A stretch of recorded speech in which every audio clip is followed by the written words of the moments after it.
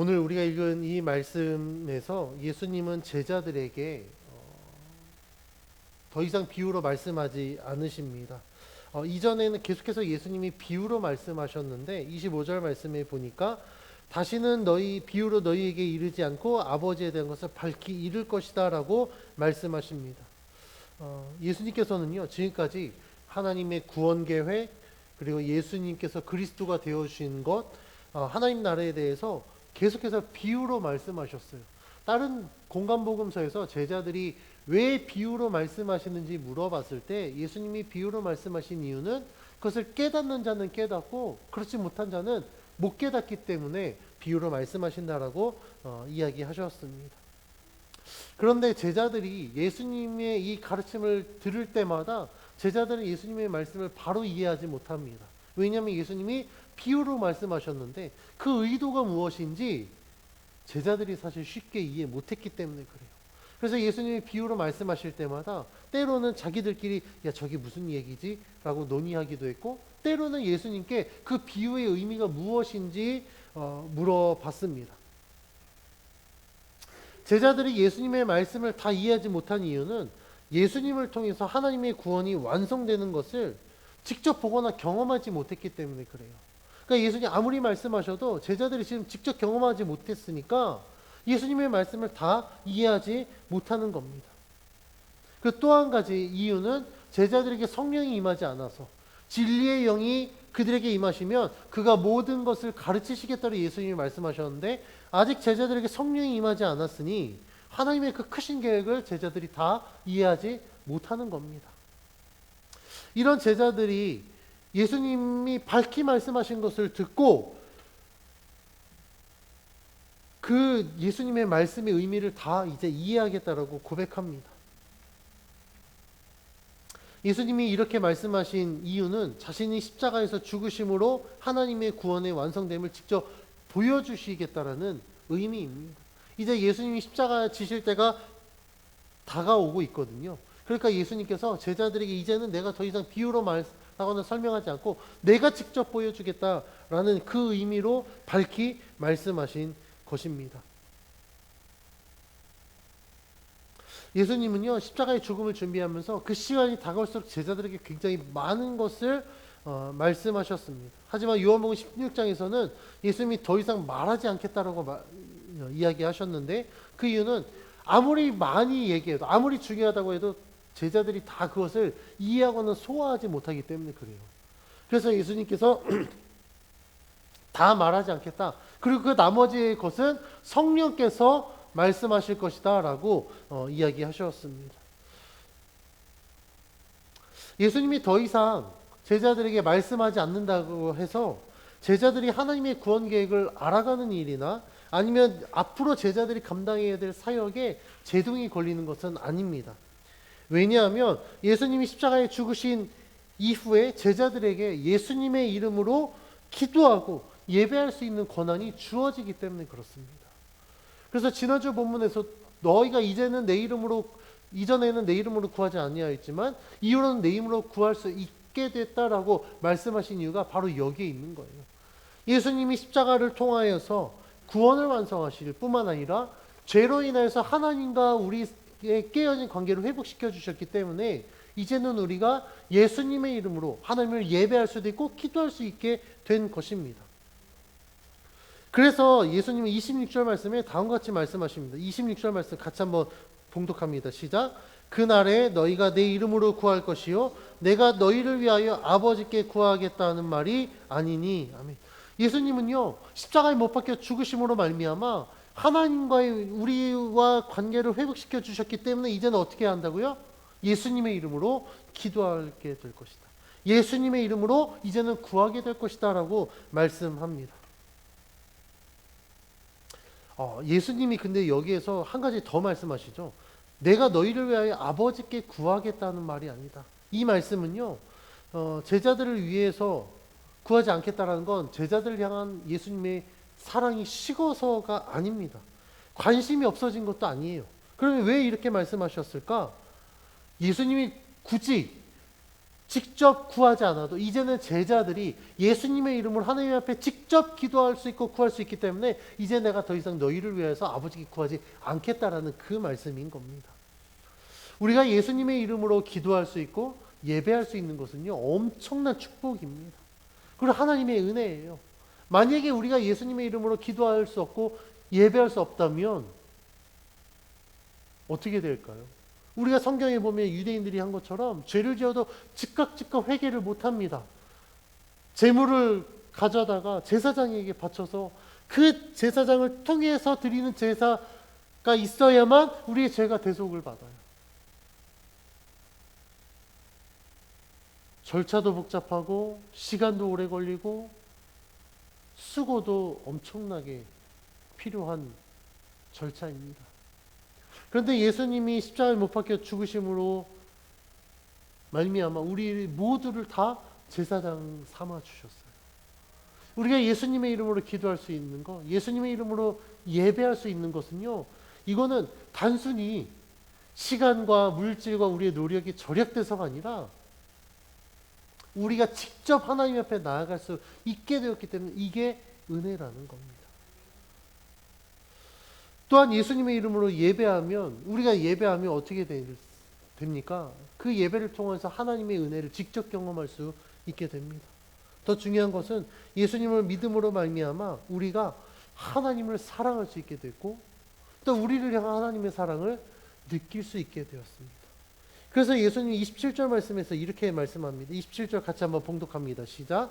이는 너희가 나를 사랑하고 또 내가 하나님께로부터 온 줄 믿었으므로 아버지께서 친히 너희를 사랑하심이라. 아멘.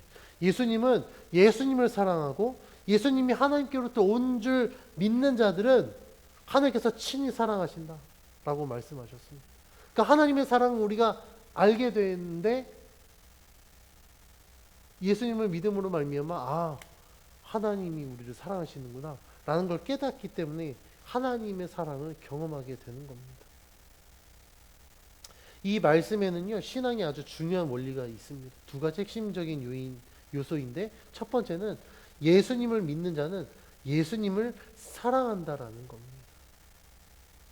반대로 예수님을 사랑하지 않으면서 나는 예수님 믿어요 라고 말할 수 있을까요? 말은 할 수 있겠지만 그 믿음은 진짜 믿음이 아니에요. 예수님을 믿는 자는 어떻게 된다고요? 반드시 예수님을 사랑합니다. 어떤 사람은요, 내가 모태신앙이니까, 아니면 우리 아버지가 목사님인데요, 우리 아버지가 장로님인데요, 아니면 내가 교회 몇십 년 다녔는데요, 이런 것들로 예수님을 믿는다라고 고백해요. 그 실제로 그렇게 믿습니다.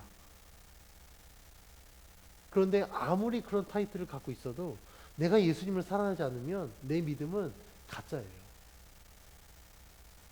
예수님을 믿는 자는 반드시 예수님을 사랑합니다.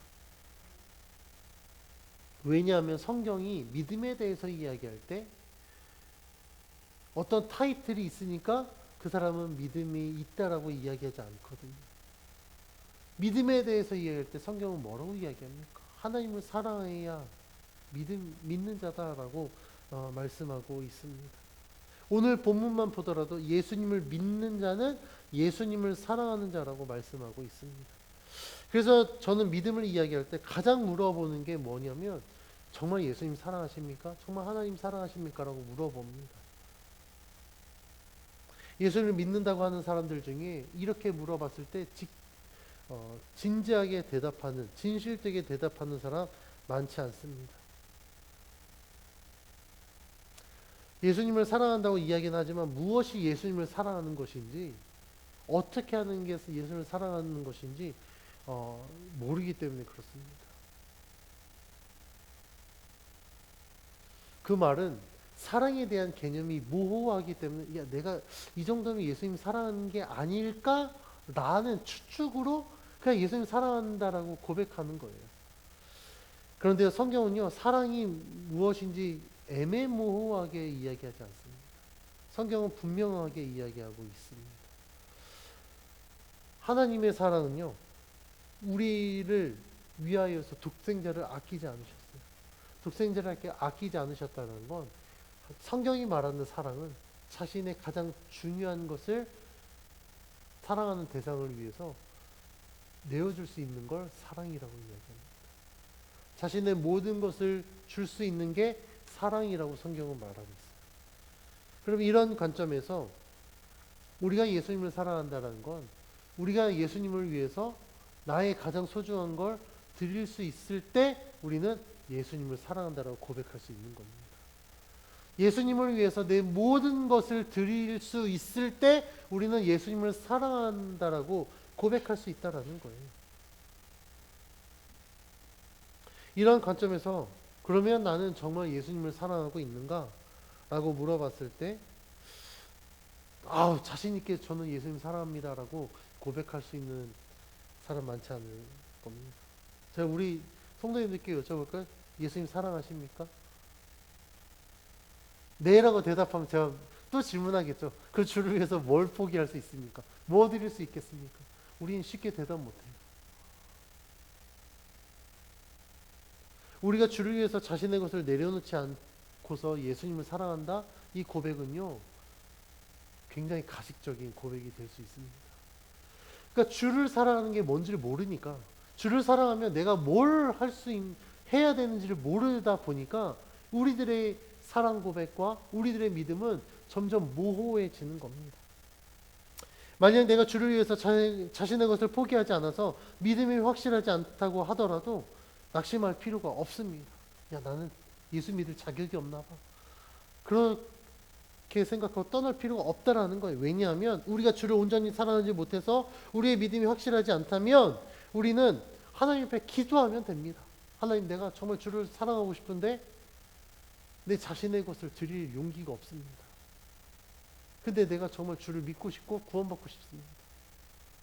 그래서 하나님 앞에 기도하는 거예요. 하나님, 저에게 용기를 주십시오. 믿음을 주십시오. 내가 정말 주를 사랑하는 그 마음으로 나 자신을 내려놓을 수 있는 믿음을 달라고 기도하면 됩니다. 하나님, 우리가 예수님의 이름으로 구하는 모든 것을 응답해 주시겠다고 약속하셨습니다. 그래서 요한복음 15장 7절에서 이렇게 이야기합니다. 너희가 내 안에 거하고 내 말이 너희 안에 거하면 무엇이든지 원하는 대로 구하라. 그리하면 이루리라라고 약속하셨습니다. 우리가 주를 사랑할 수 있는 믿음을 달라고 기도하면, 예수의 이름으로 기도하면 하나님이 응답해 주신다. 내가 주님 사랑하고 싶은데 하나님, 내가 주님 앞에 내 모든 것을 드릴 용기가 없습니다. 아직까지는 내가 이걸 바치는 게 너무 아까워요. 솔직하게 주님 앞에 고백하고 기도하시면 돼요. 드릴 수 있는 용기를 주십시오. 믿음을 주십시오. 그러면 하나님은요, 우리들의 기도를 응답하여 주셔서 우리들에게 그러한 믿음과 그러한 용기를 주실 줄 믿습니다.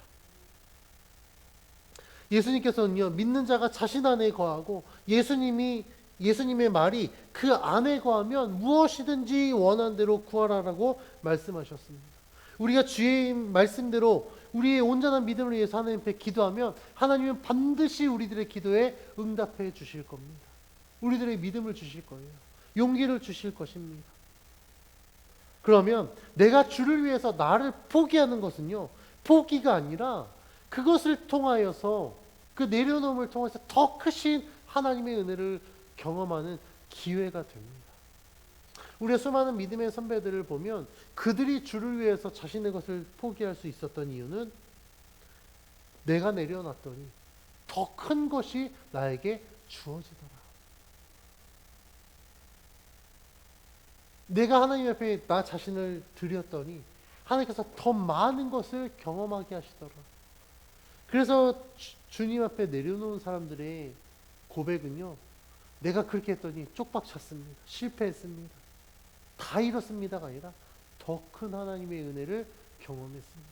더 많은 것을 누리게 됐습니다라는 그런 은혜의 감정들이 있었습니다. 그래서 우리가 주를 사랑한다면 나 자신의 것을 내어놓을 수 있어야 됩니다. 우리가 이렇게 주를 사랑했을 때 비로소 우리는 내가 예수를 믿는다라고 고백할 수 있습니다. 예수님의 가르침을 받은 제자들은요, 예수님이 이런 말씀을 계속 듣고 이렇게 고백합니다. 오늘 본문 29절 30절 말씀 같이 한번 봉독합니다. 시작. 제자들이 말하되 지금은 밝히 말씀하시고 아무 비유로도 하지 아니하시니 우리가 지금에야 주께서 모든 것을 아시고 또 사람의 물음을 기다리시지 않는 줄 아나이다. 이로써 하나님께로부터 나오심을 우리가 믿사옵나이다. 아멘. 제자들이요 29절 말씀에 예수님이 밝히 말씀하시고 아무 비유로 하지 않는 것을 통해서 주께서 모든 것을 아시고 또한 사람의 물음을 기다리지 않는다는 것을 알게 되었다고 고백합니다. 이런 고백과 함께 제자들은요 예수님께서 이제 비로소 하나님께로부터 나오심을 믿는다라고 고백합니다. 예수님이 요한복음 13장에서 16장까지 제자들에게 사실 많은 것들을 비유로 말씀하셨습니다. 제자들이 발을 씻겨주시면서 그들이 감당해야 될 사명을 말씀하셨고 그 사명을 위해서 내가 너희들에게 보혜사를 보내줄 것이다 라고 약속하셨습니다. 또한 14장에서 예수님은 길이요 진리요 생명이 되심을 말씀해 주셨고 그래서 누구든지 예수 그리스도를 믿으면 하나님이 영생을 선물로 받게 될 것이다 라고 가르쳐 주셨습니다. 또한 15장에서는 예수님이 포도나무가 되어주셔서 너희는 가지이고 가지는 반드시 나무에 붙어서 열매를 맺어야 된다라고 말씀하셨습니다. 이 모든 것들을 쭉 이야기하셨는데 우리가 보니까 예수님이 포도나무 비유로 말씀하셨고 여러 가지 것들로 말씀하셨죠. 제자들이 다 이해할 수 있었을까요? 이해 못했을 겁니다. 그런데 이제 16장에서 오늘 본문에서 예수님이 이제는 직접적으로 말씀하시는 거예요. 비유가 아니라. 그러니까 제자들이 예수님 고백한 겁니다. 야, 예수님이 이렇게 직접 얘기하시니 비유로 설명 안 하시니 우리가 이제서야 주의 말씀의 뜻을 우리가 이제 알겠습니다. 주의 말씀을 우리가 알게 되니까 이제는 우리가 주님을 믿을 수 있겠습니다라고 고백한 겁니다. 이 제자들의 고백에 아주 중요한 사실이 담겨져 있습니다. 그것은 무엇이냐면 예수님을 제대로 알게 되었을 때 진짜 예수님을 믿게 될 수 있다라는 거예요. 이 말을 반대로 생각해 보면 예수님을 제대로 모르면 믿을 수 있다 없다? 없다는 겁니다. 왜 그럴까요? 예수님을 제대로 알지 못하면 우리들의 그 믿음이 굉장히 모호해집니다. 그러니까 분명해지지 않아요. 예수님께서 제자들과 함께하면서 많은 비유로 그들을 가르쳐 주셨을 때 예수님의 말씀을 제자들이 다 이해 못했습니다. 그래서 예수님께 물어보기도 하고 자기들끼리 의논하기도 했던 거예요. 그러면 예수님의 말씀을 100% 이해 못했다라는 건 제자들이 예수님을 따라다녔지만 그들의 믿음은 아직 미완성이었다는 걸 의미해요. 예수님을 따르기는 하지만 진짜 그리스도라는 사실을 인정하지 못하고 있었다라는 겁니다. 하지만 그들에게 예수님이 밝히 말씀하셨을 때 그 말씀을 알게 되니까 제자들이 이렇게 고백한 거예요. 이제서야 우리가 주님을 믿게 되었습니다. 이러한 제자들의 경우에서 알 수 있듯이 우리가 하나님에 대해서 제대로 알지 못하면요 우리는 하나님을 온전히 믿을 수 없습니다. 하나님에 대한 지식이 모호한 만큼 우리들의 믿음도 굉장히 모호해질 수 있습니다. 그래서 하나님의 말씀을 이해하지 못하고 그 뜻을 분별하지 못하는 거예요. 믿음이 분명하지 않으니까 어떤 이단의 가르침에 쉽게 미혹되고 아니면 내가 예수 믿는다고 하면서도 세상의 가치관대로 자꾸 판단하고 결정하고 그것을 따르게 되는 겁니다. 반면에 예수님을 제대로 알면요 하나님의 뜻을 분명히 아니까 내 상황과 환경에 의해서 내 믿음이 좌지우지되지 않습니다. 내 환경이 어떻다고 하더라도 나를 구원하신 그 하나님을 내가 온전히 믿기 때문에 하나님의 뜻에 순종할 수 있게 되는 거예요. 하나님을 아는 것은 제대로 믿는 것과 연결됩니다. 그러니까 우리 온전히 하나님을 믿기 위해선 가장 선행되어져야 될 게 뭘까요? 하나님을 제대로 알아야 돼요. 하나님을 제대로 알지 못하면요 우리는 하나님을 굉장히 왜곡되게 알 수밖에 없습니다. 제자들이 이제서야 우리가 주의 말씀의 뜻을 알고 우리가 이제 믿겠습니다라고 고백했더니 예수님이 제자들에게 31절에 야 이제는 너희가 믿느냐라고 물어봐요. 이 말씀의 의미에 대해서 영어 성경 NIV에서는 이 예수님의 표현을 되게 감탄하는 표현으로 번역을 했습니다. 뭔가 어떤 뉘앙스냐면, 야, 너희가 인제 믿냐? 이 뉘앙스가 아니라, 야, 인제 너희가 내 말을 믿냐? 이런 뉘앙스인 거예요. 근데 또 다른 성경에서는, 야, 반대로, 이제서야 니네가 날 좀 믿겠냐? 이런 뉘앙스거든요. 근데 어떤 뉘앙스였든지 간에 예수님이 이렇게 말씀하셨다라는 건, 야, 이제 제자들이 그나마 믿게 되었구나 라는 것을 예수님이 인정했다라는 겁니다. 그래서 예수님은 제자들에게 이제 너희들이 믿으니 앞으로 너희들에게 일어날 일에 대해서 32절에 이렇게 이야기합니다. 32절 같이 한번 읽습니다. 시작. 보라, 너희가 다 각각 제 곳으로 흩어지고 나를 혼자 둘 때가 오나니 벌써 왔도다. 그러나 내가 혼자 있는 것이 아니라 아버지께서 나와 함께 계시느니라. 아멘. 예수님은요, 예수님을 믿는다라고 고백한 제자들을 향하여서 그들을 칭찬하는 것이 아니라 오히려, 야, 그들이 각각 제 곳으로 흩어지고 예수를 혼자 둘 때가 올 것이라고 말씀하고 있습니다. 그러니까 예수님이 그들의 믿음을 인정하고 너희들이 이제 믿느냐? 이제 니네가 내 증인이 되어서 정말 어떠한 상황 속에서도 세상에 굴복하지 말고 그 믿음 잘 지켜서 내가 다시 올 때까지 이 복음을 전해라 라고 그들을 칭찬하고 격려한 게 아니라, 믿는다라고 고백했던, 야, 이제 너희가 믿느냐라고 하면서 오히려, 야, 앞으로 내가 혼자 올 때가 다가올 것이다. 왜냐하면 니네가 각각 제 곳으로 흩어지기 때문에 그렇다라고 이야기해요. 제자들의 고백과 예수님의 대답 굉장히 상충되죠. 예수님이 제자들에게 이렇게 말씀하신 이유는 제자들이 예수님이 밝히 말씀하셔서 예수를 믿게 된 것처럼 예수님을 직접 경험하지 않으면 아직 그들의 믿음이 완성되지 않기 때문에 그렇다라는 거예요. 그러니까 이제 밝히 말씀하셔서, 아, 예수님의 말씀을 우리가 이제 믿겠습니다라는 건 믿음이 완성된 게 아니라 이제 믿음의 시작이라는 거예요. 그들이 예수님이 십자가를 직접 보고 그 십자가를 통해서 예수님이 모든 죄를 대속하시고 부활하신 걸 직접 경험해서 생명을 우리에게 주신 것을 직접 그들이 경험하지 않으면 아직 제자들의 믿음은 미완성이다라는 겁니다. 그래서 예수님께서 제자들에게 말씀하시죠. 베드로가 닭 울기 전에 예수님을 3번 부인할 것을 말씀하셨고, 오늘 말씀에서는 너희가 각각 제 곳으로 흩어져서 나를 혼자 둘 때가 올 것이다 라고 말씀합니다. 그런데 예수님이 이렇게 말씀하신 건, 야, 니네 수준이 그거밖에 안 돼.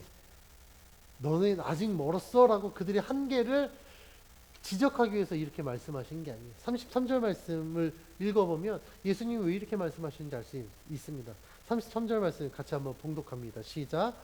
이것을 너희에게 이르는 것은 너희로 내 안에서 평안을 누리게 하려 함이라.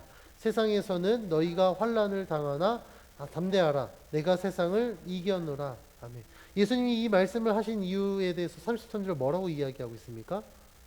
그들을 정죄하기 위함이요? 아니요. 그들을 불안하게 하기 위함이요? 아니요. 33절에 뭐라고 기록하고 있습니까? 네, 예수님 안에서 평안을 누리게 하기 위함이에요. 여러분들이 제자들이라고 한다면 예수님의 이 말씀을 듣고 평안하실 수 있겠습니까? 저는 굉장히 불편할 것 같습니다. 야, 내 수준이 이거밖에 안 된다고? 엄청 불편할 것 같아요. 그런데 예수님이 이 말씀을 하시면서 제자들이 평안을 누리게 하기 위함이라는 것은 예수님이 십자가 지시는 것, 혼자 되는 것, 이것은 그들의 믿음 없음이 아니라, 그들의 배신이 아니라 이건 이미 계획되어진 거다라는 것을 제자들이 미리 알려주신 거예요. 그러니까 그 상황이 됐을 때 제자들이 정죄함을 갖고, 야, 우리가 이 주님을 버렸어 할 것이 아니라 이건 이미 하나님이 계획하신 뜻이야.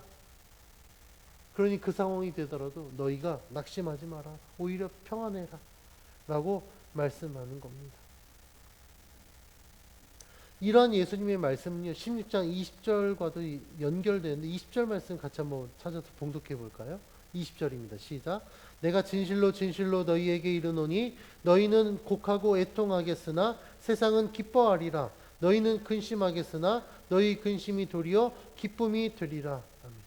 예수님의 십자가는 분명히 하나님의 구원 계획이었습니다. 예수님이 십자가를 못 박혀 죽으셨을 때 제자들이 곡하고 애통할 것이다라고 20절에 말씀하죠. 그로 인해서 근심할 것이다라고 말씀하고 있습니다. 그런데 예수님은요, 그것으로 끝나는 것이 아니라 오히려 그것을 통하여서 그것이 기쁨이 될 것이다라고 말씀하고 있는 거예요. 왜 그렇습니까? 이게 하나님의 구원 계획이었기 때문에 그렇습니다. 하나님이 우리를 구원하기 위해서 예수님을 십자가에 못 박혀 죽게 하신 거예요. 그것을 몰랐을 때는 곡하고 애통하겠지만 그 뜻을 알게 되면 그 근심이 어떻게 된다고요? 기쁨이 된다고요. 이 말씀을 오늘 본문에 적용해 보면 예수님이 이렇게 말씀하시는 것이 제자들이 정죄하고 제자들의 마음을 불편하게 하기 위함이 아니라 그 모든 것은 다 하나님의 뜻이었어. 하나님의 계획하심이었어. 그러니 너희는 마음에 평안해라 라고 말씀하고 있는 겁니다. 그러니까 예수님은요, 그 상황 가운데 제자들이 멘붕 상태에 빠져서 막 스스로 정죄함에 빠지고 곡하고 애통하고 근심하는 것이 아니라 미리 준비하라는 겁니다. 그 상황이 되어지면 이건 하나님의 뜻이었구나. 드디어 하나님의 구원 계획이 예수님을 통해서 완성되는구나. 예수님이 십자가에 죽으심으로 근심하고 염려할 것이 아니라 그 십자가를 통하여서 우리의 모든 죄를 대속하시고 우리를 구원하신 그 하나님의 구원으로 인하여서 기뻐하라라고 말씀하고 있는 겁니다. 그리고 33절에서 예수님은 제자들에게 너희가 환난을 당하나 담대하라라고 말씀합니다. 제자들이 환난 가운데 담대할 수 있는 이유는 무엇입니까? 그 이후에 기록된 것처럼 예수님이 세상을 이기셨기 때문에 그렇습니다. 예수님의 십자가는 지난주 본문에서 또 말씀드렸지만 우리가 계속해서 말씀 나누죠. 예수님의 십자가는요, 실패가 아닙니다. 예수님은 실패하고 유대인들과 로마 군인이 성공해서 예수님 십자가 지신 게 아니에요. 예수님의 십자가는 세상에 대한 예수님의 승리입니다. 죄와 사망의 권세에 대한 승리인 거예요. 그러니까 만약에 그 믿음으로 말미암아 환난을 당한다 그러면 담대하라라는 겁니다. 왜냐하면 어차피 그 싸움은 이기는 싸움이기 때문에. 어차피 우리 구주 되신 예수님이 그 모든 싸움에서 이기셨기 때문에 너희가 근심하거나 염려하지 말고 위축되지 말고 담대하라라고 말씀하고 있습니다. 그래서 예수님을 믿는 자들은요, 내가 믿음을 지키는 가운데 우리들에게 환난과 고난이 찾아오더라도 흔들리지 않아요. 왜냐하면 내 믿음만 확고하다면 어차피 그 싸움은 이기는 싸움이기 때문에 그렇습니다. 여러분들 혹시 이기는 싸움 싸워보셨습니까? 이기는 싸움은요, 너무 마음이 편해요. 아무리 상대방이 뭐 해도 수가 다 보이거든요. 제가 최근에 저희 아들이 저에게 체스를 가르쳐줬어요. 친구한테 배워서 체스를 가르쳐줬습니다. 제가 체스를 배우고서요, 아들하고 했는데 단 한 번도 제가 아들한테 진 적이 없습니다. 왜냐하면 아들의 수를 저는 다 알고 있거든요. 그러니까 체스를 두자고 할 때마다 저는 마음이 너무 편해요. 왜냐하면 어차피 둬봐야 이기는 경기니까. 근데 만약에 저희 아들이 아빠를 이겨보겠다, 체스를 더 연구해서 만약에 저를 이기잖아요? 그럼 제가 마음 편히 체스를 둘 수 있을까요? 못 둡니다. 왜냐하면 이길지 질지 모르기 때문에 그래요. 우리들의 믿음이 이렇습니다. 우리들이 정말 하나님을 향한 믿음만 확고하다면 어떠한 것으로 사탄이 우리를 유혹하고 공격하더라도 우리는 두려워하지 않을 수 있어요. 왜냐하면 모든 싸움은 어차피 이기는 싸움이니까. 네가 아무리 날 뛰어봐라. 너는 예수의 이름을 이길 수 없어. 그렇게 우리가 믿음으로 딱 결단하고 믿음으로 선포하는 거예요. 예수의 이름으로 사탄의 권세를 쫓아내면 우리는 모든 싸움에서 이길 수 있습니다. 왜냐하면 이미 예수님이 그 모든 권세로부터 승리하셨기 때문에 그렇습니다. 예수님이 이렇게 말씀하시면서 그 모든 상황, 지금 다 최악의 상황이 지금 예수님을 기다리고 있음에도 불구하고 예수님은 흔들리지 않습니다. 왜냐하면 32절 말씀에서 예수님이 고백한 것처럼 내가 혼자 있는 게 아니라 아버지께서 나와 함께하기 때문이다라고 말씀하고 있습니다. 그러니까 예수님은 정말 그 십자가의 상황이 얼마나 외로웠겠습니까? 제자들이 다 떠났고요. 베드로는 3번 부인했고 예수님을 따르던 무리는 언제 그랬냐는 듯이 예수님 십자가 못 박히실 때 예수님을 향해서 온갖 비난을 서슴지 않았습니다. 예수님 혼자 남았거든요. 얼마나 외로우셨겠습니까? 그럼에도 불구하고 예수님이 그것을 감당할 수 있었던 건 세상은 다 나를 떠날지라도 하나님은 나와 함께 하시기 때문에 그 임마누엘의 하나님을 예수님이 몸소 경험했기 때문에 두려워하지 않을 수 있었던 거예요. 예수님이 십자가에 못 박혀 죽으신 이후에 제자들이 예수님의 사역을 감당하잖아요. 이렇게 각각 제 곳으로 떠나고 예수님을 부인했던 제자들이 이후에 어떻게 됩니까?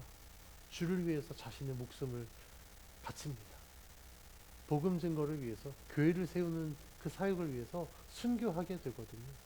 그들이 이렇게 할 수 있었던 이유는 예수님이 그렇게 믿음으로 고백했던 것처럼 나와 하나님이 함께 하시기 때문에 그 임마누엘의 하나님 그 은혜로 말미암아 이 모든 사역들을 감당할 수 있게 된 겁니다. 우리가 오늘 이 본문 말씀에서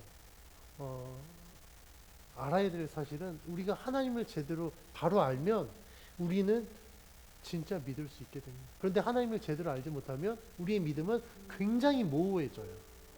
믿음이 이게 애매해진다라는 건 우리들이 처한 상황과 환경 때문에 얼마든지 좌지우지 될 수 있다라는 거예요. 흔들릴 수 있다라는 거예요. 그런데 하나님을 바로 알면요, 절대 흔들리지 않습니다. 성경에서는요, 하나님을 믿는 믿음으로 인하여서 좌로나 우로나 치우치지 말라라고 이야기합니다. 오직 하나님 한 분만을 바라보라는 거예요. 왜냐하면 하나님은 우리에게 말씀하신 대로 역사하시기 때문에 그렇습니다. 하나님은 단 한 번도 우리를 버려두지 않습니다. 우리와 함께 하시는 임마누엘이 하나님이 되시기 때문에 성경은 하나님을 아는 자는 하나님을 제대로 믿을 수 있고 하나님을 믿는 자는 자신이 처한 환경과 여건으로 인해서 믿음이 흔들리지 않는다라고 말씀하고 있습니다. 예수님이 십자가를 지실 수 있었던 이유는 무엇입니까? 그것이 하나님의 뜻과 계획하심이었기 때문에 그렇습니다. 제자들이 다 떠나도 그 외로운 상황 가운데서도 예수님이 십자가를 지실 수 있었던 이유는 하나님이 예수님과 함께 하셨기 때문에 그렇습니다. 예수님이 하나님 말씀에 순종하여 그 십자가를 치셨기 때문에 우리는 구원받은 백성이 될 수 있었습니다. 그 십자가의 은혜가 우리를 하나님 나라의 백성 삼아 주셨습니다. 뿐만 아니라 하나님과 깨어졌던 관계를 회복시켜 주셔서 우리가 예수님의 이름으로 기도할 수 있게 되었고 예수님의 이름으로 예배할 수 있게 되었습니다. 우리가 예수님의 이름으로 하나님께 나아갈 수 있게 되었기 때문에 하나님의 사랑을 누릴 수 있게 되고 그 은혜를 경험하게 될 수 있었습니다. 이것이 크신 하나님의 은혜입니다. 그래서 저는 우리 성도님들께 믿음으로 권면합니다. 하나님을 바로 알아야만 우리가 진짜 믿을 수 있습니다. 하나님을 바로 알아야만 우리들의 믿음이 흔들리지 않을 수 있습니다. 그런데 우리가 살고 있는 이 세상은요, 너무나도 많은 가짜가 판을 치고 있습니다. 이런 물건도요, 명품이 있는가 하면 그것을 만든 이미테이션 제품이 얼마나 많은지 몰라요. 요 최근에 가장 이슈가 되는 게 뭡니까? 세상에 나가보면 가짜 뉴스, 가짜가 너무 판치고 있어요.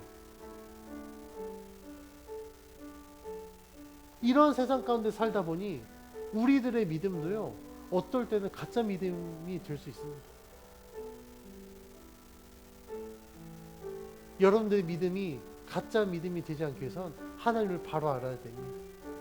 나를 향한 하나님의 그 사랑, 나를 구원하시기 위해서 예수 그리스도를 보내신 그 하나님의 은혜, 그것들을 우리가 기억할 때 우리들의 믿음은 진짜가 될 수 있고, 그 진짜 믿음을 소유한 우리는 우리가 어떠한 상황에 처해도 좌로나 우로나 치우치지 않고 오직 하나님 한 분만을 바라보며 하나님이 말씀하신 대로 우리들의 삶을 살아갈 수 있습니다. 하나님을 바로 알아.